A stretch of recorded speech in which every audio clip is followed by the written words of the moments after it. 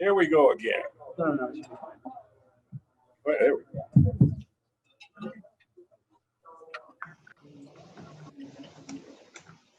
Welcome to the Rochester Rotary Club meeting of October 13th. We also have live Zoom going. My name is Ron Lichtel. I serve as your club president. Would you all please stand? We'll do Pledge of Allegiance. We do this a little weirder than what we used to, but we only have an hour.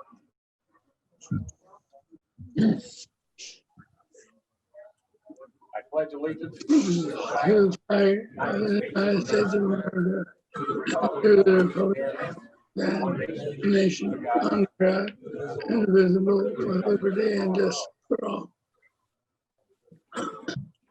You can all be seated. We can say the four-way test while we're seated. All right, join me in saying the four-way test of the things we think, say, or do. Is it the truth? Is it fair to all concerned? Will it build goodwill and better friendships? Will it be beneficial to all concerned? Rachel Avilas, where are you? There you are. You want to come up?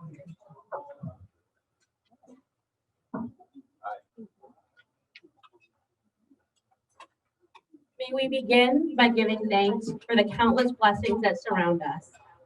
From the gorgeous Michigan landscape to this opportunity to meet safely with our friends. May we have the strength and compassion to meet frustration with understanding, to truly listen before we speak, to outshine hate with love.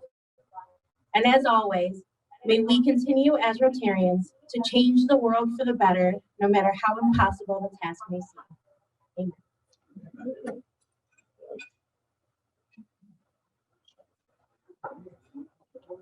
Mr. Jeff Whitby, you want to come up and introduce our guests?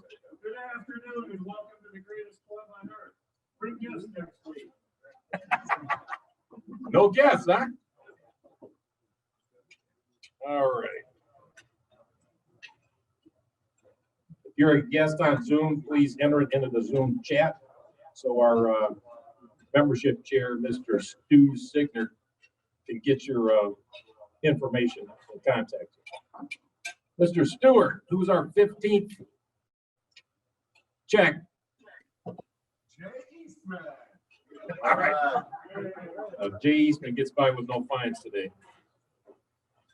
We got any happy bucks? Any happy bucks? We got one over here.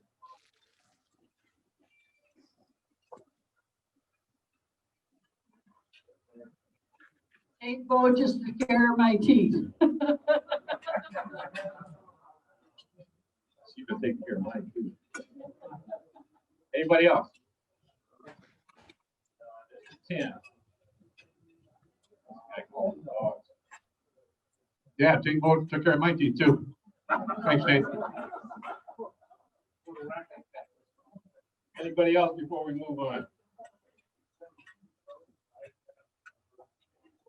All right.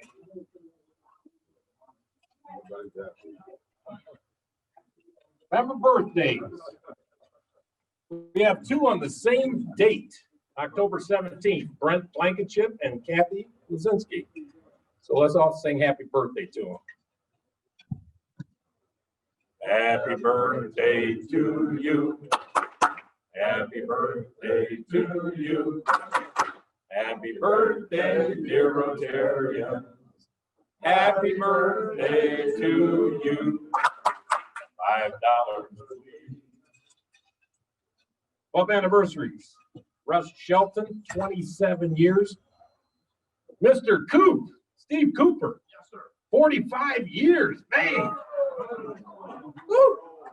And Frank Rewald, 29 years. Marty, you want to say anything about the fall cleanup?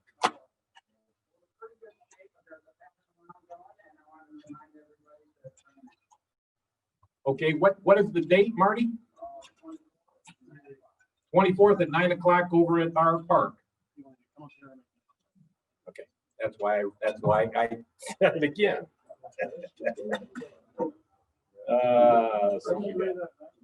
Steve Baylor, you want to come on up?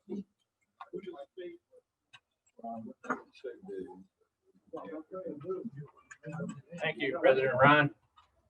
On your tables is the sign-up sheet that we passed around last week with the names typed in of people who signed up. If you'd like to add your name to any of these lists, please do so. For the people on the Zoom call, the categories for sign-up are poinsettia sales committee, a rummage sale at Rotary Park, pizzas for polio, the Masters raffle, the wine taste, and some hand-on service projects, including the Rotary Park cleanup team, poinsettia delivery drivers, and if you enter your preference for any of those as a chat, we'll capture that and add you to the list. Poinsettia sales are going to start next Tuesday. So we'll have flyers for everybody. We'll have envelopes to pass out. Start gearing up. It's a long ways from Christmas, but we need as many weeks as we can to get these flowers sold. Raise some money for the club. Any questions? Thank you.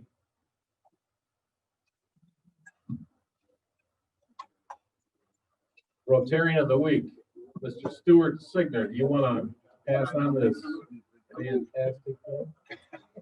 It's kind of bummed. I know, it's kind of bummed I didn't get to carry it around and look at it. I have no idea. John, where is it, John? I never touched it. Well, it's good to know. I have no idea. So the Rotarian I'm going to nominate for this award has been in our club quite a long time. And, you know, I always think I'm in at the Barnum Bailey circus, you know, when he comes up and he says, "Welcome to the greatest club on earth." But Jeff's been you know, he's our secretary. He's been a stable person there, and he's really helped out membership quite a bit. So I want to pass the word on to Jeff Whippy. All right. He deserves it, man. That guy's been here forever. Sheriff today, Mr. David Blair.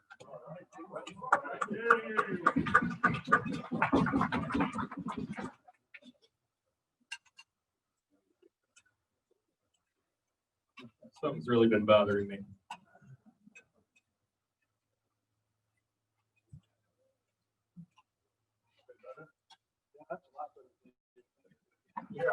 You're welcome, all right? Boy, it sure is I'm sure glad to be back in person, right? I mean, the Zoom meetings were all right, but it wasn't the way that Rotarians should meet. So everybody on Zoom paid $5. You know, I will say, where's Stu? Everybody else says you were checking temperatures on the forehead. What we had to do in the coat closet seemed a little unnecessary and a little invasive. The $5 fine. I go above and beyond the call of duty. And below. We'll talk about it later. A couple of Rotarians were giving shout outs to Tate Bow for doing their teeth. Who was it? How long before you got him back? $5 fine there. Where's Tim Duncan? Right there. You know, Tim, you're kind of in my crosshairs because, you know, I brought my cat to you know, Oakland Animal Hospital. Wasn't acting right. You know, Tim said might be sick. Is there a chance, Tim, that my cat won't pull through? And Tim says, well, it's a definite possibility. And I just thought that was the wrong time. That's a $5 joke there. Almost as bad as that, you know, the Siamese cat, Chairman Mao. Meow, meow. I'm sorry. You know, communism jokes are always difficult. There's always a bunch of red flags, you know. I opened up the free press the other day. It sounds like Ford shipped out a bunch of engines that they knew to be bad. Did anybody else read about this? It was for the Super Duty trucks, the engines that were bad. It's terrible. It's kind of like Pete Duhamel, who knows the Lions suck but still roots for them over and over. It's a $5 fine for any of the Lions fans. Speaking of Lions, anybody read the news about Matt Stafford maybe getting traded to the Cowboys? Anybody read that? You know, that's really interesting. I was talking to Ron, you know, it kind of reminded us about the time we were thinking about trading Phil Loman to the Birmingham Rotary Club for that funny British guy. Oh, I saw you, Phil.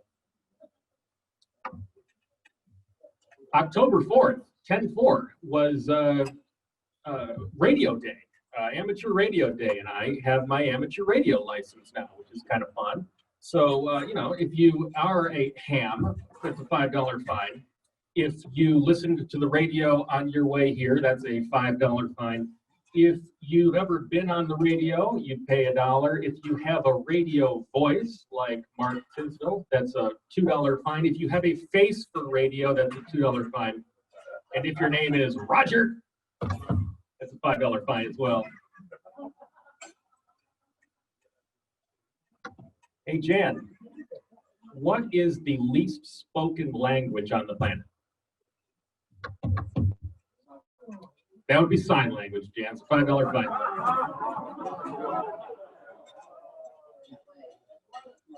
A lot of great things going on in the city. For those who weren't aware, we broke ground on the Innovation Hills Playground, which is super exciting. Innovation Hills, not called Invention Park. Somebody at one point called it Invention Park. That's a $5 fine. It's Innovation Hills.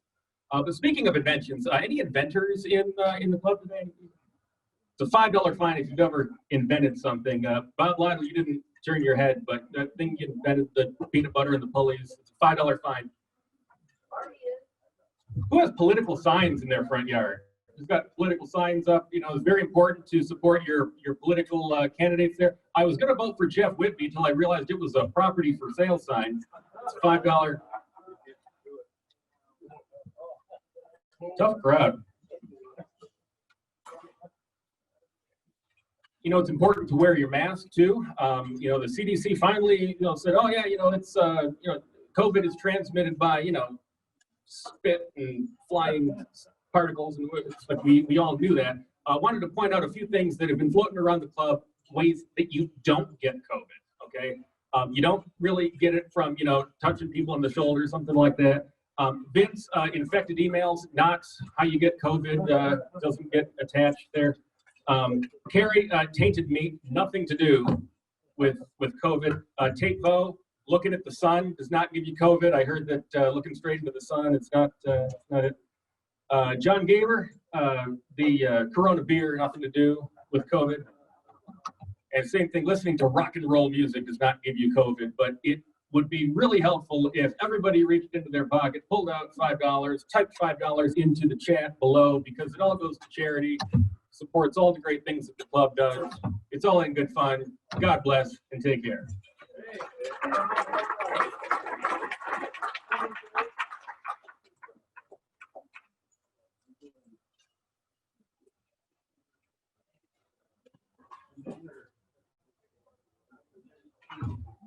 Mr. Tim Duncan, you want to come up and introduce our speaker today?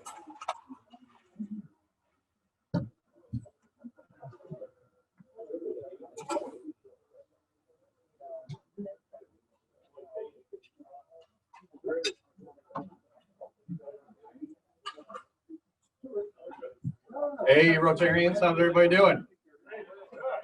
You guys hear me on Zoom? Try to get a thumbs up from somebody? All right, okay, all right, good deal. Today it is my pleasure to introduce William Wagoner. For those of you that don't know Bill, he is a Rotarian. He's a Rotarian. He joined 1 week before COVID imploded the world. So if you haven't met Bill, make sure that you go up and say hi to him. So he's going to be speaking to us today. Bill has 27 years experience in the financial services industry as a branch manager, compliance officer, and financial advisor. He specializes in retirement planning, estate preservation, and long-term care planning. Bill grew up in Michigan. After high school, he spent 8 years in Arizona.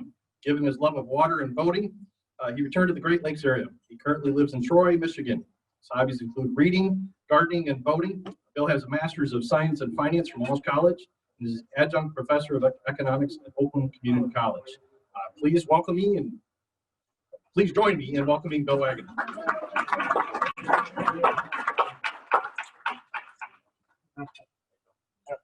I guess you think you. Well, again, it's nice to see everybody and actually be back. And again, if you don't know who I am, as Tim introduced me, I was inducted the week before the COVID started. So most of you probably have not seen me or know who I am. So anyway, I am an actual Rotarian here too. So I own Stony Creek Advisors, which is a state charter RA for just up the road here in Vito's building. And that's my day job. Go ahead and flip the slide. So, and my night job is I'm an adjunct professor of economics at Oakland Community College. And can you hear me okay, or should I get in front of them? I don't think I need a microphone. I'm used to speaking in front of crowds. Anyway, I've been teaching economics at Oakland Community College for 20 years now. I teach intro, macro, and intro micro. So today's lecture has nothing to do with being a financial advisor. It has to do with my night job, which is as an economics professor. But as a financial advisor, anytime I speak in front of public, I have to put a bunch of disclaimers up here. So the next two slides are just all those disclaimers that our regulatory agencies making me put up there. So, well, I think most disclaimers are that size in general, but anyway.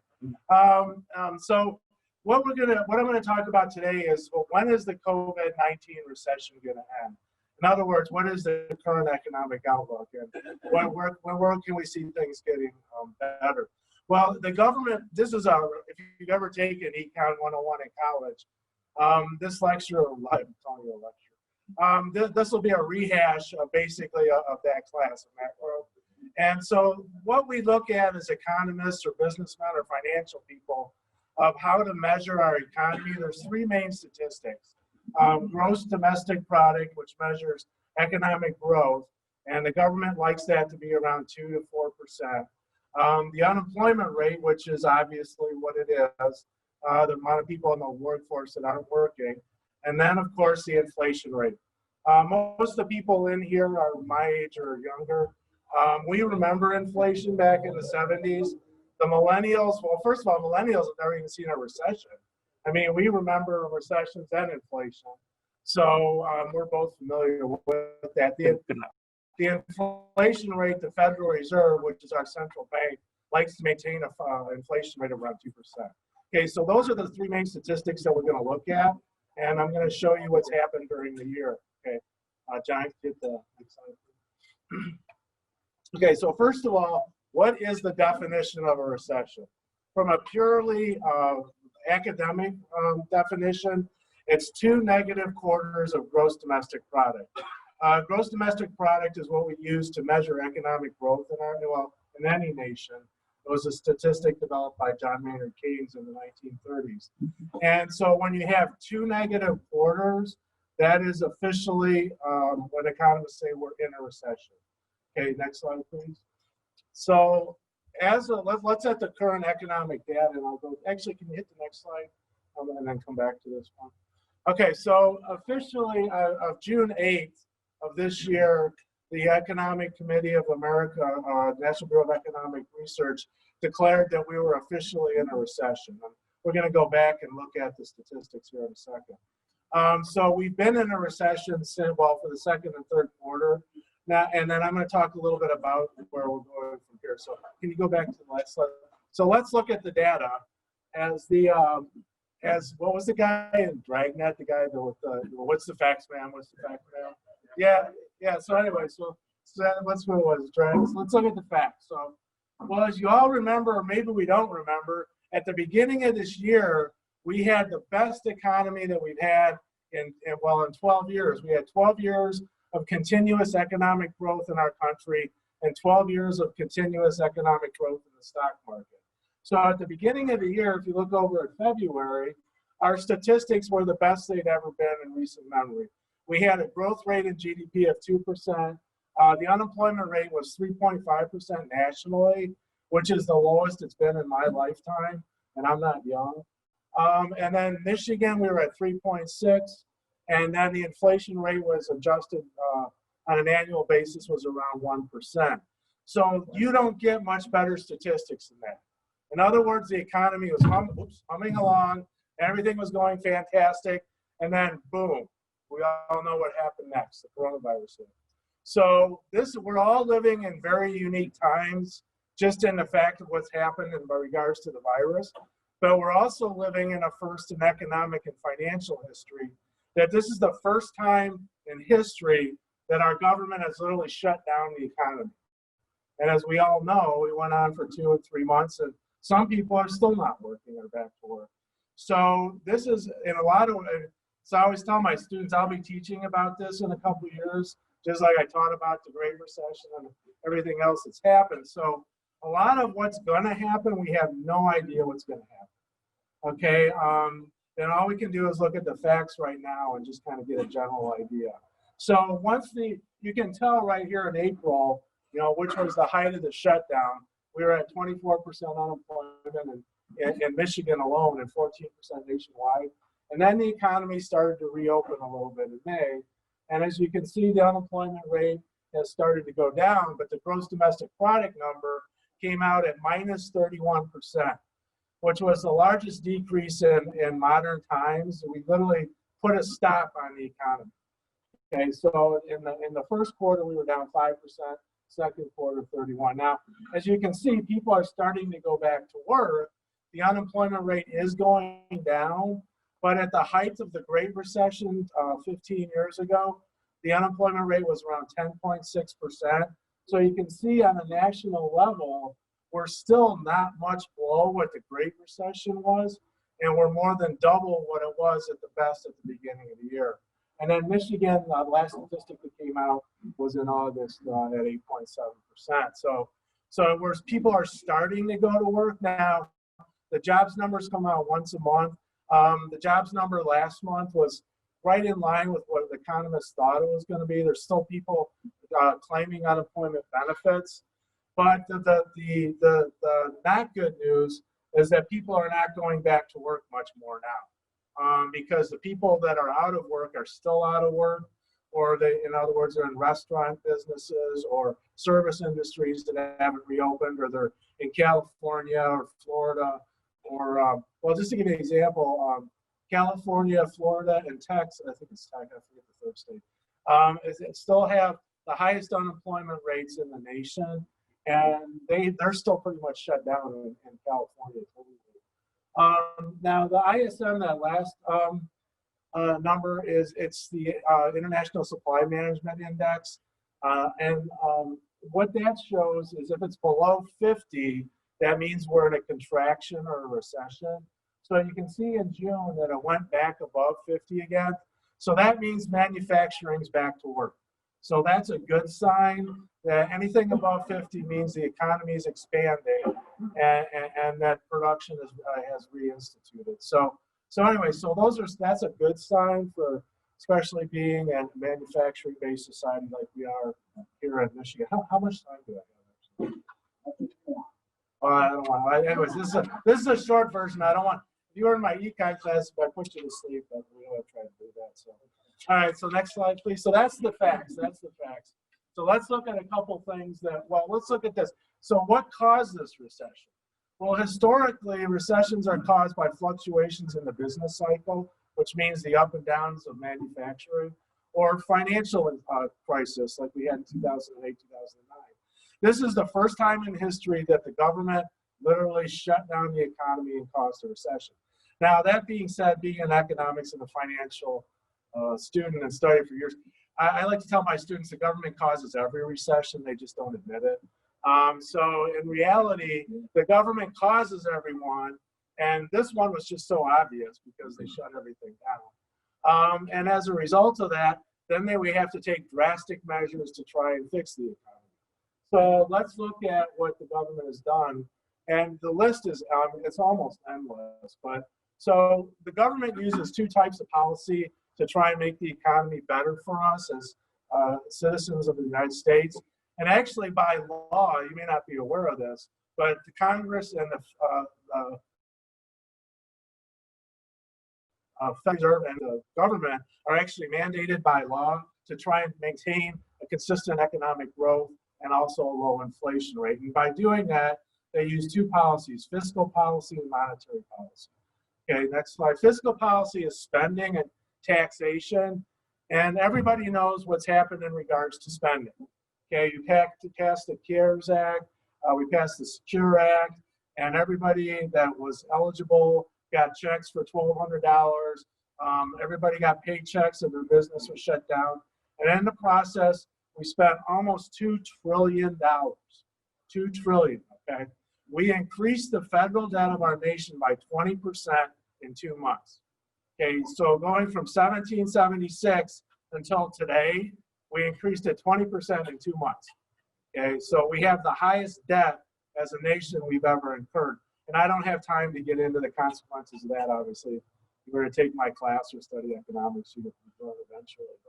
But anyway, so these are just some of the things that the government has done. And then on the monetary side, this is where the Federal Reserve has really entered uncharted territory. By the Federal Reserve mandate, they're not supposed to intervene in the private markets. I mean the public markets. By what I mean by that is the Federal Reserve is only supposed to bail out institutions that are part of the Federal Reserve and the national banking system. So private companies cannot be bailed out, and they cannot normally do anything to facilitate investors or trading in the markets. Well, they threw all that out the window.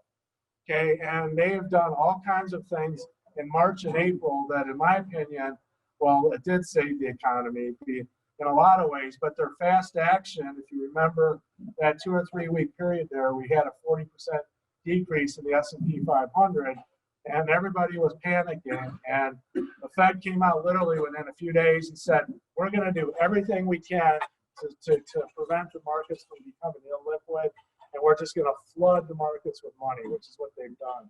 And they reduced the interest rates to zero. And Chairman Powell, Jerome Powell, the chairman of the Federal Reserve, has come out publicly and said they're going to maintain these low interest rates for the near future. When they say that, they're talking years. So we're going to have the lowest interest rates probably through, a lot of economists are saying 2023 now, unless inflation picks up, which there really is no sign of inflation at this time. And I could go on and all this stuff. I was trying to, anyways, I won't get into some personal stuff, but we were trying, the bond market, especially at the end of March, beginning of April, was really liquid. We were trying to do trades, and there was just huge spreads. If that, well, it doesn't mean anything. But anyway, in general, it was a very scary time to be in the financial business because you literally couldn't execute trades because there wasn't enough liquidity in the market. And then the Fed stepped in and basically started buying ETFs and bonds to regain the liquidity and the transactions for the firms that were trying to make trades. So, okay, so the federal government has done everything that they can do at this point. And now, in regards to fiscal policy, we're kind of in a hole right now. They're just back and forth between a second stimulus bill. So obviously, probably now with the election coming, nothing will happen before the election. But it's kind of 50-50 if they'll ever even get a second one through, because they're arguing about both sides. Anyway, whatever. So we are officially in a recession now. From an economic standpoint, there's 4 types of recoveries that we refer to. They're all letters, so you've probably heard these terms on the news or on TV over the last few months. And President Trump talks a lot about the first one, which is a V-shaped recovery. Okay, so that means literally you have a huge decrease, and then you have a huge increase, and you're right back to where you started within 6 months to a year. Okay, if you're old enough to remember, that was what happened in the 1990 recession. And so literally within a 6 month to a year period, you're literally at the same gross domestic product output, and your unemployment basically has gone away. Okay, that's not going to happen. There's no way we can have a V recovery because there's just too many people shut down still. There's not enough people going back to work to cause a U shape. So, I mean a V shape. So the U-shaped is what we lived through in 2007 to 2009. And what it is a sharp decrease, a period of pretty much kind of like stagnation, things being the same, and then a sharp increase. And this is an example of 2007, 2009. And then the W shape means you have a decrease, it goes back up, then you fall into another recession, and it goes back up. And that's probably not going to happen either. And then the L shape you never want to see. That means it goes down and never really comes back, which is Japan is the classic example of that.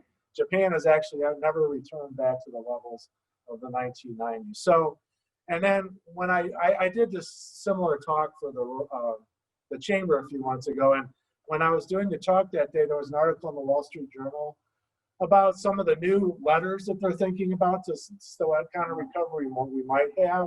And the one that I think personally is going to happen, if you think about it, is the Nike swish, where it goes down and then has a consistent coming up over time. And personally, that's what I think we're going to see. And that's actually what we have been seeing here in the last few months. So anyway, the good news is, next slide, please. The good news is that we're already out of the recession. So we had the fastest recession in history, and now we're going to have one of the shortest in history. So the reason why, and it's all because of academia, is that once you start to have an increase again in GDP, well, it's not negative anymore. So we just decreased 36% in the last 6 months. So any increase, which is going to happen because people are back to work, from now on is going to be an increase, which means we're technically out of the recession. So the next quarter, when they disseminate the data in the next 3 months, it'll show a positive GDP. So we'll officially, quote unquote, be out of the recession. Okay, so, but does that mean we're going to actually get back to where we are? I mean, where we were at the beginning of the year. Okay, so next slide. So actually, I pretty much went through all that. So, okay, so that's just a general overview. Next slide, please. That's just a general overview of what we think, economists think is going to happen. So most economists are saying right now that obviously we're going to be out of the recession. The economy is doing good. Companies are back to making profits, but you're still going to have this lag in the unemployment rate. So the unemployment rate may not go back to the lower levels for another 2 to 3 years. So a lot of economists are saying that it's going to be 2022 and maybe 2023 before the economy officially gets back to where we were at the beginning of the year. So, and again, like every other recession or every other downturn in our history, there's certain parts of the market that do well, and there's certain parts that suffer. So as we all know, if you follow the stock market's just come roaring back to all-time highs a few months ago. And you have the companies like the Netflix and the Amazons and the Googles that are just hitting all-time highs continually. Zoom, because you're in that market that has been catered to the Amazon, how can we forget Amazon? To the pandemic, where people are working from home. So again, in economics, we call that creative destruction, where every time there's a big change in society, there are certain industries that are going to go out of business, and you're going to build up other industries. So you see that happening now with the online and the tech and everything else. And the tech market, the tech stocks have been at all-time highs till a few weeks ago. So what I like to end this talk with is just, we're starting to see us coming out of this now. I mean, we're all here again in a meeting, and businesses are reopening, people are going out, sports have started again. So we're slowly getting out of this. And for us older people, I mean, we've been through a lot in America in our lifetime. So what I did up here is just, if you think that this is the end and things aren't going to remember, just remember everything else that's happened in our lifetime. Okay, so I just threw a few. So the worst pandemic that we've had in America was the Spanish flu. And that was back in 1918. And we had almost 50 million people worldwide died of that. And 675,000 died just in America. So again, coronavirus is a terrible disease, but the positive thing about that is even though there's more infections, the death rate has really diminished. They're being able to treat it a lot better. You don't hear about the degree of deaths or the degree of hospitalizations that were happening in early March. And so we've been through all this before. And the thing that you always need to remember about a virus or a bacteria is that ultimately it goes away. Ultimately, it just runs its course, and you'll develop herd immunity where the majority of people will just naturally be immune to it. And then, of course, the last slide here, the fix to everything is the vaccine. Okay, so I'm sure as you've all heard on the news, there's numerous companies that have vaccines in trials right now. And most companies are saying that by the end of the year, they should be able to start distributing some type of limited vaccinations to people. So we don't really know like any vaccine. There was one on the news this morning. One of them was put on halt. Yeah, the Johnson & Johnson one was put on halt because somebody became sick, but that's just a normal part of any trial. So most things that I've read are saying that by the beginning of next summer, May, June, that there should be a somewhat of a widely available vaccine for the people that are at high risk. So again, less than a year from now, this thing should be hopefully gone, and then we'll just wait for the next one. Unfortunately, I hate to say that, but economics is the dismal science, and ultimately pandemics always come back. There's viruses. We're animals. We're human beings, and ultimately there's going to be another virus someday. So, again, hopefully what we learned from this one is how to prevent the spread that occurs. So, again, thank you for your time today. I appreciate it. And, stay safe.